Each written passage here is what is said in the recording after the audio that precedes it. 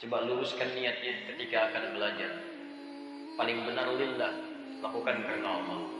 Kalau sudah dilakukan karena Allah, minimal antum gak akan kecewa.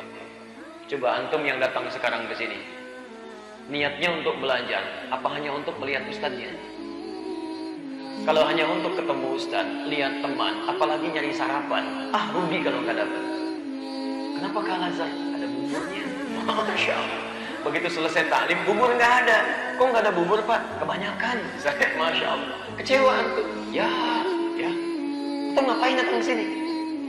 Jadi ketika diluruskan niat kita karena Allah, maka selain pahala yang mengalir dengan baik, jikalaupun antum misal taklimnya nggak jadi, tapi karena niat sudah benar, langkah sudah dilakukan, maka semua turunan hadis tentang niat itu akan turun. Misal, Ibnu Majah nomor hadis 223. Man salaka tariqan yaltamisu fihi 'ilman sahhalallahu lahu tariqan ilal jannah. Siapa yang menyiapkan dirinya menempuh jalan untuk menggali pengetahuan sekalipun sedikit, setiap langkahnya dihitung oleh Allah untuk meringankan dia ke surga. Langkahnya. Tapi kapan langkah itu dihitung? Ketika niat untuk melangkah itu dilakukan karena Allah. Antum gak akan rugi.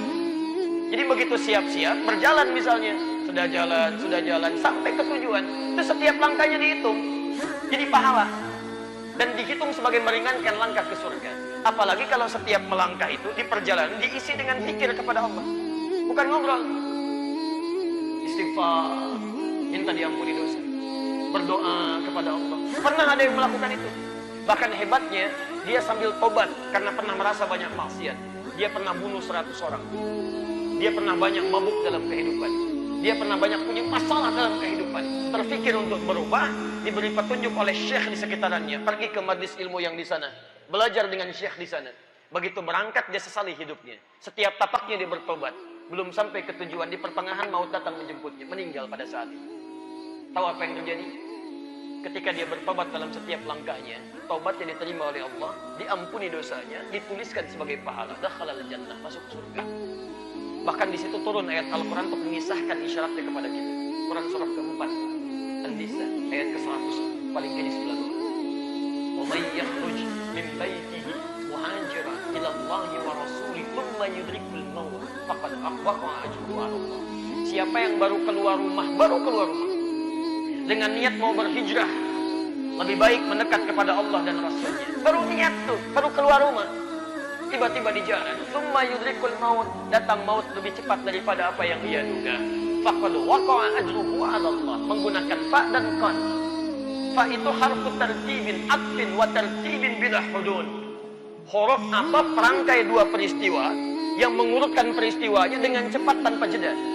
Peristiwa pertama berangkat di tujuan, peristiwa kedua datang maut. Antara peristiwa pertama dengan kedua terjadi cepat.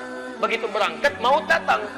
Tapi yang paling menarik, maut disandingkan dengan pemberian pahala pakai kon. Begitu maut datang, pahala langsung diberikan tanpa jeda. Dosa diampuni, pahala diberikan. Masuk surga.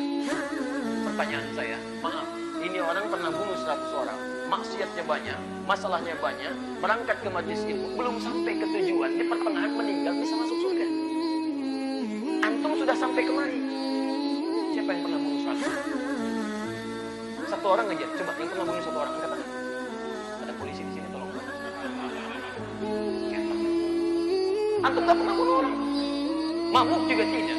Dan berita baiknya, sampai antum ke majlis ilmu, masa gak bisa masuk surga? Jadi kalau antum gak bisa masuk surga, coba dicek lagi. Barangkali ada sesuatu yang keliru, tidak seperti orang tadi. Apa diantaranya? Itu hanya akan diberikan oleh Allah pada yang benar niatnya. Sayang, nikmat ini gak diberikan pada setiap orang. Jangan dikira oleh antum sekalian, subuh-subuh hari Ahad bisa tergerak semua orang untuk taklim. Silahkan cek di gor tuh, banyak juga yang jalan-jalan pakai sepeda. Lihat, Allah berikan nikmat dengan kendaraan. Ada orang gak punya kendaraan, kakinya dipakai untuk ke masjid.